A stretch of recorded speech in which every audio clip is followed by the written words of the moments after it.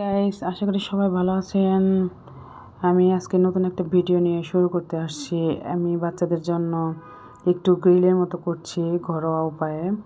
2 piece chicken নিয়েছি, এর মধ্যে লবণ দিলাম, একটু আদা রসুন টমেটো সস, গোলমরিচের গুঁড়ো, তারপরে মরিচের গুঁড়া, টক দই, এগুলো দিয়ে আমি ঘরোয়া উপায়ে একটু গ্রিল করে নিব।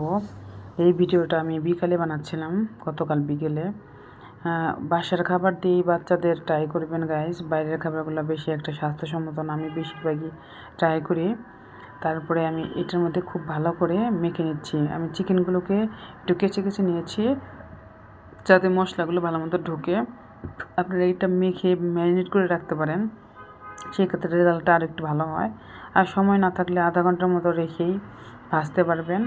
এখন আমি চিকেনগুলোকে একটু তেলের মধ্যে তাওয়ার মধ্যে একটু তেল দিয়ে একটু ছেড়ে দেবো। খুব বেশি এটা তেল লাগে না, আমরা কম বেশি সবাই জানি গ্রিল চিকেনে খুব বেশি তেল লাগে না, আলাদা চুলারও দরকার নেই।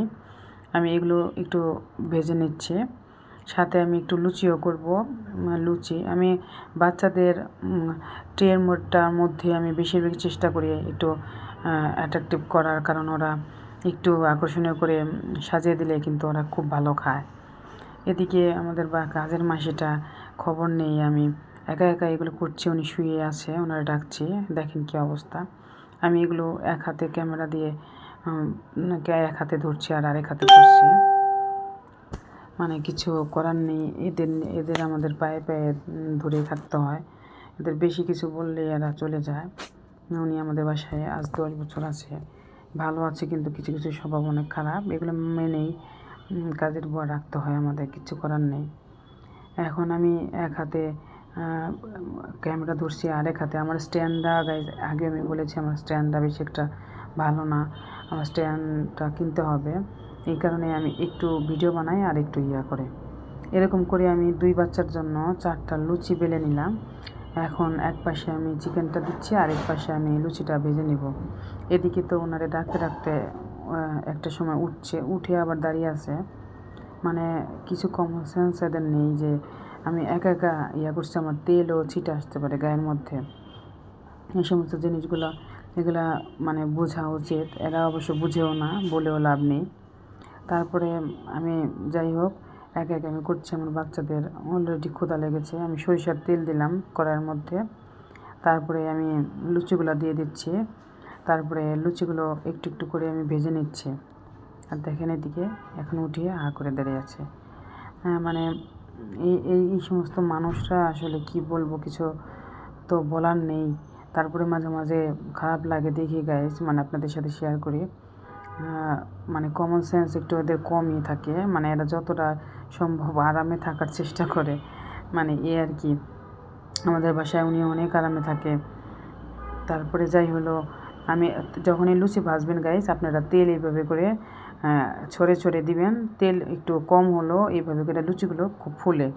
এখন আমি একটা টিস্যু পেপার দিয়ে লুচিগুলোকে এক্সট্রা তেলটা যাতে স্যুপ করে সেটার জন্য আমি টিস্যুটা দিয়েছি। এরকম করে আমি পরের লুচিটা ভাজতে যাই গাইজ, দেখেন আমি এক হাতে মোবাইল ধরে আরেক হাতে দিতে যাই, আমার লুচিটা এই যে ভাজ হয়ে গিয়েছে, তারপরে একটু এসে ধরে না। মানে কি বলবো, আমি এগুলো নিয়ে কিছু বলিও না, খুব সহ্য করে থাকি। তারপরে আমার এগুলো করা হয়ে গেছে, আমি প্লেটটা আমি সাজাবো। এখন যেহেতু 4টা পার্ট আছে, এই বড় পার্টের মধ্যে আমি লুচি দিব, তারপরে একটা পার্টের মধ্যে আমি চিকেন দিব। আর আমি ফ্রুটস দিই, ফ্রুটস দেওয়ার চেষ্টা করবেন, সাথে যে কোনো একটা ফ্রুটস দেওয়ার চেষ্টা করবেন, তাহলে ফ্রুটসটা এইভাবে ওদের খাওয়া হয়ে যায়। আমার বাচ্চারা আবার আনারস খুব পছন্দ করে, এর জন্য আমি আনারসটা বেশি দিই। আর আমের সিজনে আম কাঁঠাল এগুলো আমি দিই। তারপরে যাই হোক দুইটা করে আমি লুচি দিলাম, আর একটা পাহাড় আমার খালি দেখি আমি চানাচুর দিচ্ছি, ওরা আবার খুব চানাচুর পছন্দ করে। দুজনকে একই সমান আমার দিতে হবে, না হলে বা গাইস ওরা খুব ঝগড়াঝাটি শুরু করে দেয়। এখন এটা দেওয়ার পরেও না বড় মেয়েটা খুব তাড়াতাড়ি খেয়ে ফেলে, জ্বালাই কম, কিন্তু ছোটোটাকে আমি যতই সাজিয়ে দিই গুছিয়ে দিই খেতে অনেক সময় নেয়। এই খাবারটা দেওয়ার না হলেও 1 ঘন্টা 2 ঘন্টা পর আমার ছোটো মেয়েটা খেলো, আর বড় মেয়েটাকে দেওয়ার পর সঙ্গে সঙ্গে খেয়ে নিল, মানে একটু জ্বালাতন করে। এখন আমি আনারসটা এক পার্টি দিলাম, আনারসটা খুবই মিষ্টি ছিল গাইস। সিজনাল ফলগুলো খাওয়ার চেষ্টা করবেন বাচ্চাদের, এইভাবে করে আমার হাজব্যান্ডকে আমি গুছিয়ে দিই, খুব ভালো সহকারে খায়। এখন আমি প্লেটটা নিয়ে আমার ছোটো মেয়ের রুমে যাচ্ছি, যে দেখি ও বসে আছে ক্র্যাব, তারপরে মোবাইল এগুলো দেখছে। ও তাকিয়ে আছে, দেখি তো অনেক অবাক, মা কী সুন্দর করে গুছিয়ে দিয়েছ। যাই হোক, আপনারা সাথে থেকেন, সাবস্ক্রাইব করবেন, লাইক করবেন, শেয়ার করবেন। বাই, খোদা হাফেজ।